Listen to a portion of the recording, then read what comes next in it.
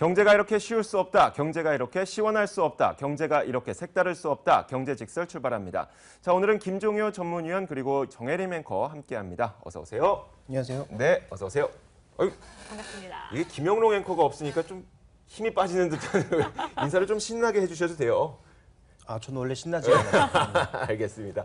자, 오늘 저희가 준비한 주제는 새로운 투자처를 좀 찾아볼 수 있을 만한 그런 주제이기도 할 것 같아요. 오늘의 주제가 어떤 것인지 지금 바로 공개하겠습니다.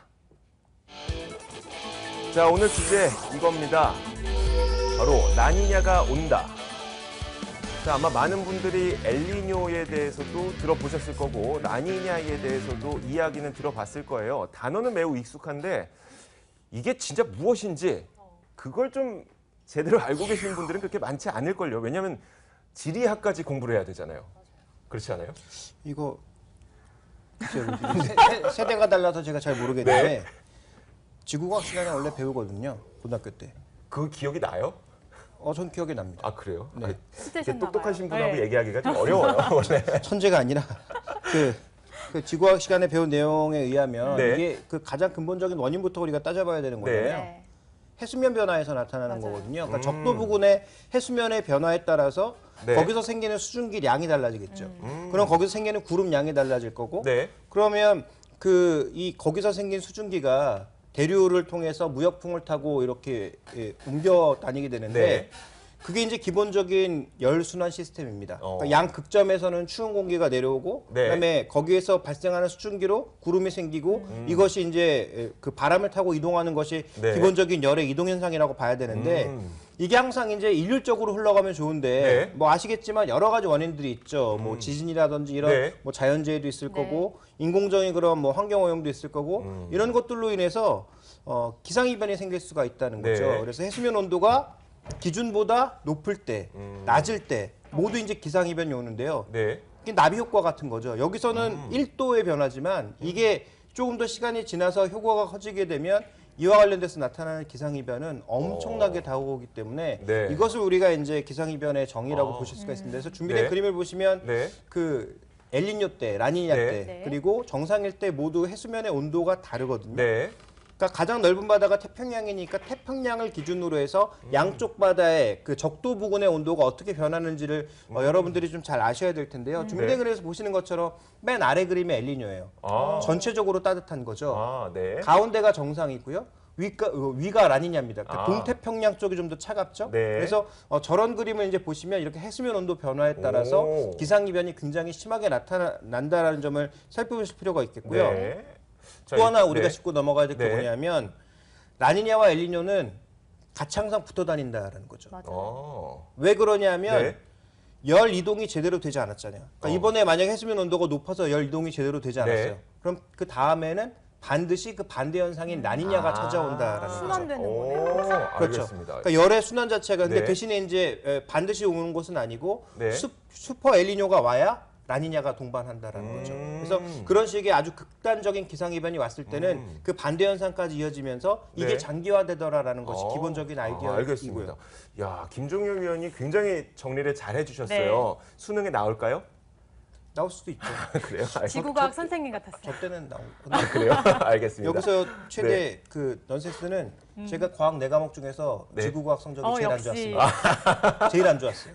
그래요? 의외네요. 알겠어요. 일단은 저희가 라니냐에 대해서 조금 더 집중적으로 파고 들어볼게요. 그러면은 일단 라니냐라고 하는 것은 적도 부근의 해수면 온도가 평년보다 좀 낮아져서 발생하는 네. 현상이다.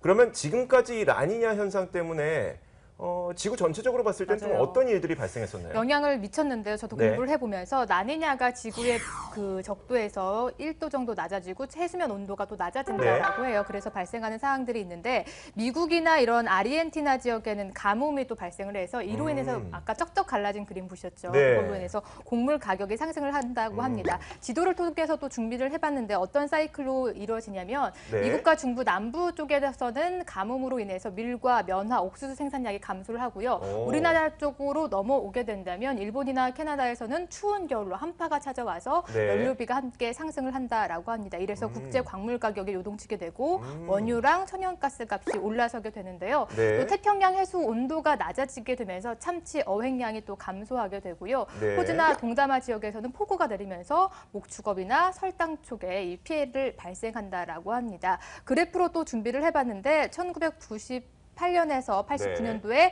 세계 곡물 생산량이 마이너스 3.2%나 감소를 했고요. 98년도에서 99년도에는 마이너스 0.1%, 2000년도에서 2001년도에는 마이너스 1.5%, 2010년도에서 2011년에는 마이너스 2.1%로 곡물 생산량이 감소를 했는데 네. 이때마다 포커스가 맞춰진 게 라니냐 시기가 겹쳤기 때문에 전체적으로 생산량 감소로 이어졌다라는 내용들이 나와주고 있습니다. 1960년도 이후에 라니냐를 좀 체크해봤더니 네. 총 12회의 라니냐가 발생을 했고요. 네. 이때마다 곡물 가격 평균이 11.93% 상승하는 효과를 가져왔는데요. 이렇게 좀 그래프를 또 살펴봤는데 90년도 이후에 곡물 가격의 폭등하던 시기와 라니냐의 발생 시기가 겹친 그래프를 또 준비를 했거든요. 네. 이상 기온에 따른 곡물 가격이 급등을 해서 라니냐 발생 시기 보면 저희 95년도, 96년도, 네. 2004년은 엘니뇨고요. 2007, 8년엔 또 라니냐, 그리고 2010년도, 12년도 이렇게 라니냐가 발생할 때마다 곡물 그래프 가격도 올라선 것을 볼 수 있습니다. 자, 그런데 여기에 대해서 좀 다른 의견을 제시하시는 분들도 있어요. 네. 저도 이 리포트를 여러 가지를 보다 보니까 제가 준비한 그림 가운데 엘니뇨, 라니냐가 발생해도 반드시 곡물 가격이 상승하는 것은 아니더라라는 표가 있거든요. 그걸 네. 한번 보여주시면 일단 저도 비슷한 시기입니다. 1960년대부터 최근까지 라니냐와 그리고 엘니뇨가 발생했던 시기와 그리고 옥수수의 가격이 어떻게 변화를 했는지 이 키움증권의 리포트에서 제가 네. 자료를 출처를 한번 해봤는데 지금 일단 보면은 라니냐가 발생하는 시기에 워낙 그 수확량이 적어지다 보니까 그 수확량이 적어지면서 곡물 가격이 올라가는 그런 현상이 나타나기도 했었어요. 다음 그림인데요. 지금 보시는 파란색 선이 옥수수 곡물 가격이고요. 네. 그리고 이 하늘색 음영이 라니냐가 발생했을 때예요. 근데 지금 2000년대를 한번 볼까요? 그 라니냐가 연속적으로 발생했음에도 불구하고 옥수수 가격이 그렇게 멈추겠네요. 올라가는 모습은 보이지가 않기도 해요. 물론 올라가는 때도 있죠. 그리고 1970년대도 함께 보면은 라니냐가 발생을 하면서 일부 올라가다가 또 라니냐가 계속 발생을 하고 있음에도 불구하고 다시 한번 곡물 가격이 떨어지는 이런 현상도 또 나타나고 있더라고요. 근데 저거는 저는 동의할 수가 없는 게 네, 옥수수 하나가 곡물 전체를 대변하지 않잖아요. 그렇죠. 또 하나 우리가 살펴봐야 될 것은 이 기상이변이라고 하는 게 곡물 가격을 결정하는 가장 중요한 팩터이나 네, 거기에 또 중요한 게 뭐겠습니까? 기술의 발전, 네. 농업 기술의 발전, 비료의 발전, 네. 거기다가 또 우리가 더해봐야 될 것이 수급이거든요. 네, 그러니까 그 전년도까지의 공급량, 이런 전체적인 재고량이 어땠느냐 이런 게 가격이 굉장히 중요하고요. 마지막으로 변수는 또 달러. 네, 이런 여러 가지 변수를 고려하지 않은 상황에서 라니냐 하나만 가지고 변수를 추정하게 되면 저런 오류를 나올 수 있는 거죠. 네, 근데 지금은 우리가 라니냐를 주목해야 할 수밖에 없는 이유가 달러 가치가 추가적으로 오르지 않고 제한적인 상황이고요. 여기서 어차피 미국이 금리를 천천히 올릴 것이기 때문에 또 네. 미국 경제 속도가 빠르지 않기 때문에 어차피 그렇게 달러가 강해지진 않는다라는 게 기본 전제고요. 네, 그다음에 지난 2014년부터 2015년까지의 2년간 곡물 시황이 워낙 안 좋았기 때문에 곡물 가격이 계속 바닥을 치고 있었어요. 네. 그러니까 누가 생산을 하려고 하겠습니까? 당연히 생산을 안 하려고 그러죠. 그러다 보니까 전반적인 재고량도 지금 그렇게 많은 수준이 아닙니다. 근데 여기에다 만약에 라니냐가 더해진다면 가격 상승은 거의 필연적이라는 거죠. 그러니까 지금 보여주신 자료는 상대적으로 이제 이것이 반드시 성공하는 것은 네. 아니다라는 것을 보여주기 위해서 나타낸 것인데 옥수수의 그 1960년대부터 70년대까지의 기술의 발전으로 인해서 수확량이 급속도로 급증합니다. 그러니까 단위 면적당 수확량이 증가하면서 나타나는 현상임을 고려해 볼 때 네. 방금 말씀하신 내용은 반드시 그렇지 않을 수 있다라는 점도 더불어서 말씀드리고 그렇다면 싶습니다. 이건 어떨까요? 옥수수 가격뿐만 아니라 제가 다른 곡물 가격들의 최근의 움직임도 한번 조사를 해봤는데 5개의 곡물 가격을 제가 준비했어요. 네. 뭐 커피를 포함해서 밀 그리고 대두, 설탕 제가 다 얘기하고 말씀해 주셨으면 좀 질타를 덜 당했을 것 같은데 너무 네. 한 가지 자료만 보고 확 공격이 들어와 갖고 자 어쨌든 그 5가지 곡물 가격 추이를 한번 살펴볼게요. 자 설탕도 그렇고요, 대두도 그렇고 커피도 그렇고 옥수수도 그렇고 밀도 그렇고 올해 초부터 7월까지의 움직임인데 꾸준히 상승하기 시작하더니 한 6월에서 7월 사이부터 가격이 내려가는 꺾이는 모습이 나타났어요. 그런데 이 키움증권 리포트에서는 또 어떻게 분석을 했냐면은 국제 유가가 상승하는 시기에는 곡물을 이용한 바이오 디젤에 대한 수요가 높아지면서 곡물 수요가 높아지다 보니까 거기에서 곡물 가격이 올라가더라. 한데 반대로 국제 유가가 또 낮아지는 시기에는 그 수요가 줄어들면서 곡물 가격이 내려가더라. 그래서 이 그래프와 함께 제가 최근 WTI 가격을 한번 준비를 해봤는데 WTI 가격도 비슷하게 올해 초부터 약 6월 정도까지 올라가기 시작하다가 6월에 정점을 찍고 다시 내려오지 않았습니까? 지금 저희 정점 찍은 이 $51 정도가 이 그 6월 기록인데 자, 이 WTI 가격과 곡물 가격의 흐름이 거의 유사하게 나타나더라는 거죠. 이 WTI라는 것이 근데 이제 바이오 디젤이 곡물의 수요를 어떻게 보면 약간은 대변해 주는 거 아니겠습니까? 여기에 대해서는 어떻게 생각하세요? 그러면 이렇게 되묻죠. 네. 지금 우리가 네. 먹는 옥수수량이 많을까요? 바이오 디젤로 만든 옥수수량이 많을까요? 비료로 생산하는 게 더 많겠죠. 비료로. 그러니까 비료나 바이오 디젤 아니면 사료용으로 쓰이는 네. 옥수수가 많을까요? 사람이 먹는 옥수수가 많을까요? 그래도 사람이 먹는 게 많지 않을까요? 아니죠. 네. 대부분 사료용 아니면 뭐 네. 바이오 디젤용으로 쓰고 있거든요. 네. 그러니까 그 얘기가 일정 부분 맞는 게 있습니다. 네. 근데 다시 한번 말씀드리지만 그 옥수수 하나를 놓고 했을 때 하는 얘기고요. 네. 다른 여러 가지 상품들을 전부 놓고 봤을 때 과연 그럴까라는 부분을 설명을 드릴 네. 필요가 있겠고 방금 나온 저 자료는 시계를 어떻게 보느냐에 따라서 굉장히 곡해할 수 있는 자료입니다. 그러니까 단기적으로 짧게 놓고 봤을 때 6월부터 유가가 고점치고 떨어졌으니까 네. 당연히 그와 관련된 논의를 말을 그렇게 끌어낸 것에 불과한 거죠. 근데 방금 좀 전에 보여주셨던 한 30년, 50년짜리의 그 네. 시계를 놓고 봤을 때 의미를 봐야 되는 네. 거고요.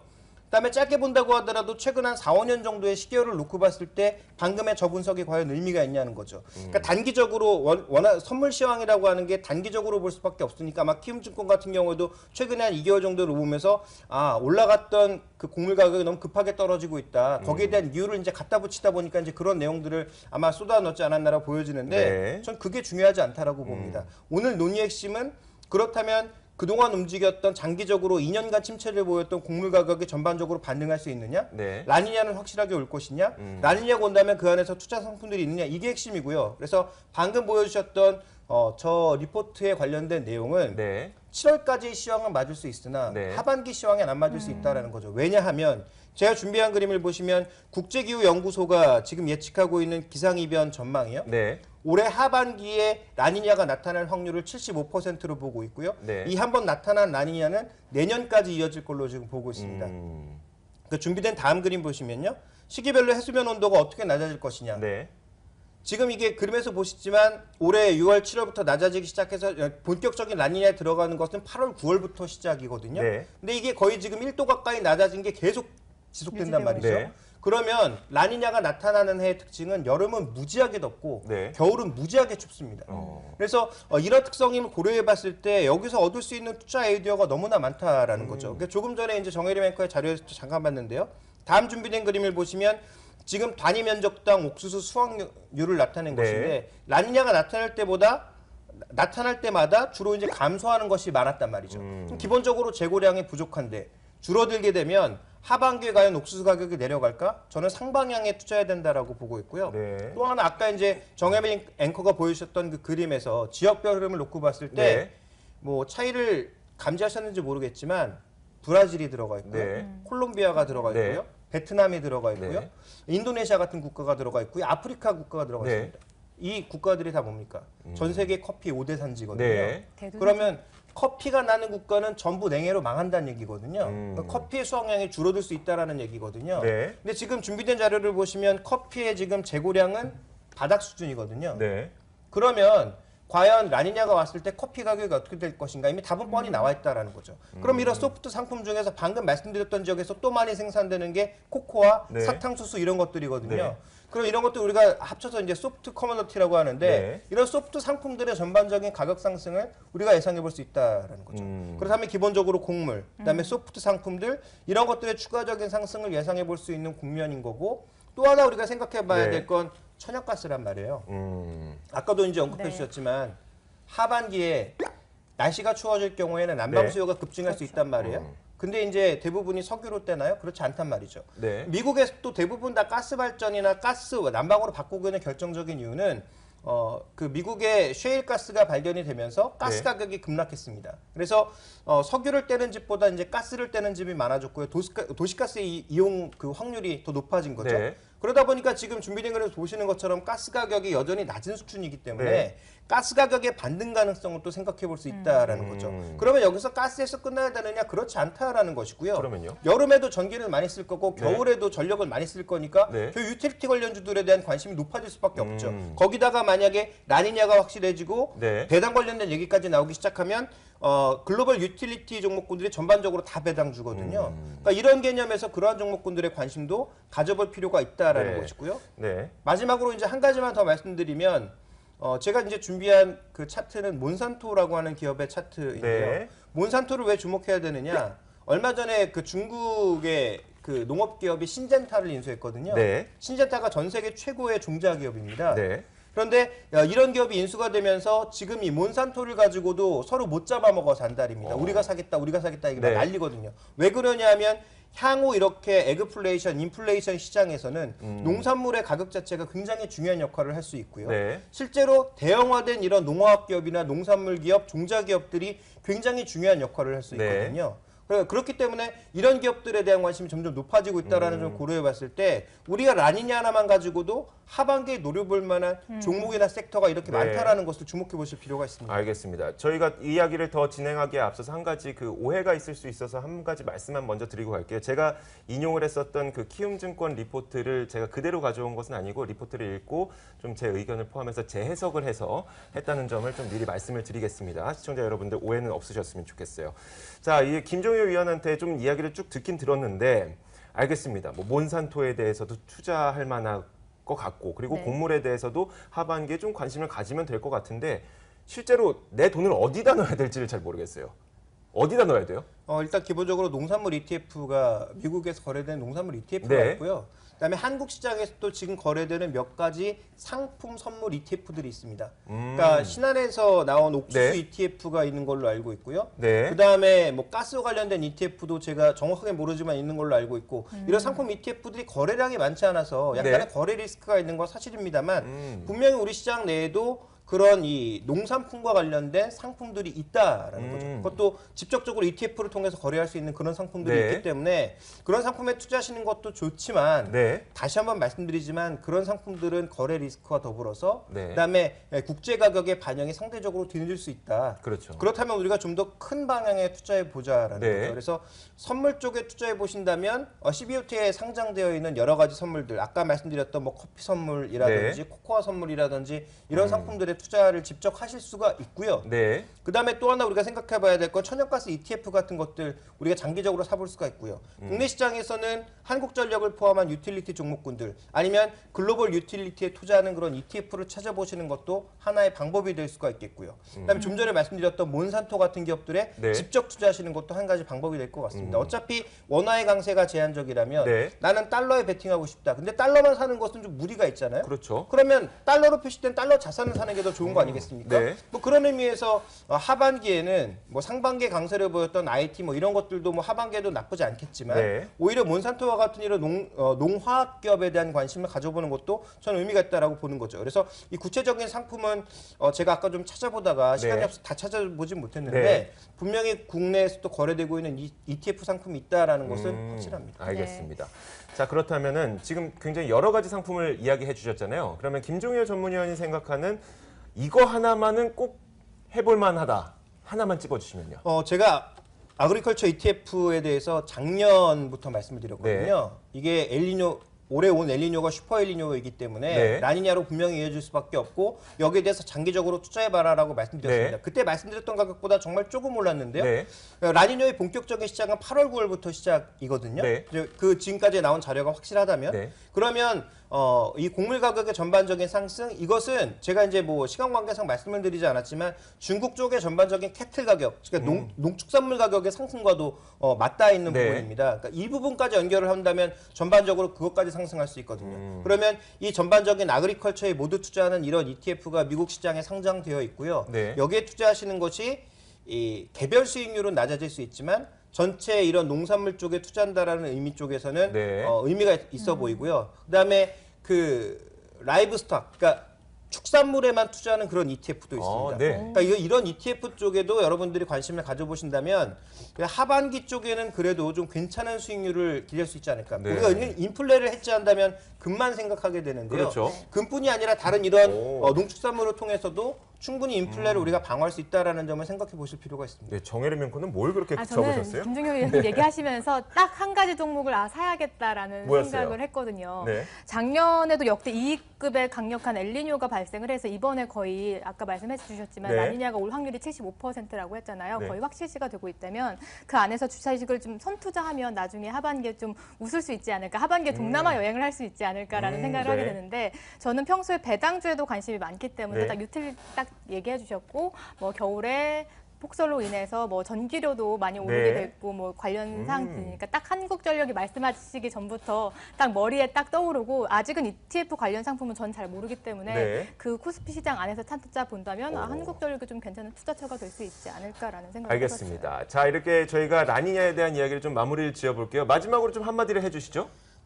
제가 결론으로 말씀드리고 싶은 것은 투자할 만한 상품이 너무 많아서 저는 솔직히 뭘 골라야 될지 잘 모르겠습니다. 야. 다만 이제 여러분들이 생각을 하셔야 될 건 지금의 현재 경제 뉴노멀이 네. 굉장히 생각보다 길어지고 있기 때문에 뭔가 하나 터지게 되면 그게 생각보다 굉장히 강력한 이펙트로 한 번에 오르거나 네. 아니면 찔끔찔끔 굉장히 오래 갈 수 있다라는 네. 거죠. 그 중에 하나가 이 농축산물 쪽이라고 보고 있기 때문에 그와 관련된 기업 혹은 ETF에 대해서는 반드시 관심이 필요하다. 이건 작년 제가 겨울부터 말씀드렸던 거고요. 올 네. 여름에 다시 한번 말씀드렸고요. 아마 가을쯤에 이러한 가격 움직임이 좀 더 확실해진다면 네. 한 번 더 정도 말씀드려야 될 것 같습니다. 그래서 이쪽에는 반드시 관심을 가지고 꼭 한번 공부를 해보시라.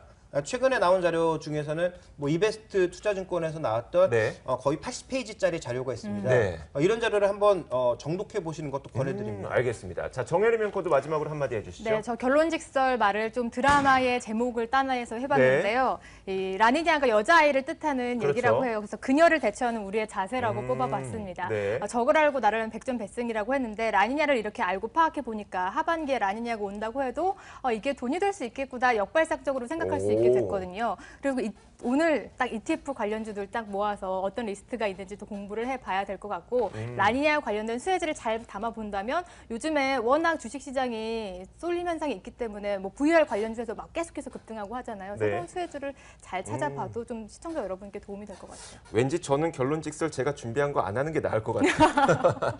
왜냐하면 김종혜 전문위원의 이야기를 듣기 전에 준비했던 자료이기 때문에 좀 이야기에 맥락이 잘 안 맞는다는 느낌이 있어서 자 그러면 저는 오늘 결론 직설 하지 제외하도록 말라는데요. 하겠습니다. 뭐 담당 PD도 하지 말라고 하니까 자 여기까지 하겠습니다. 결론 직설 시간 저희가 마무리해봤고요. 경제 직설 시간이었고요. 김종혜 전문위원 그리고 정혜림 앵커 수고하셨습니다. 고맙습니다.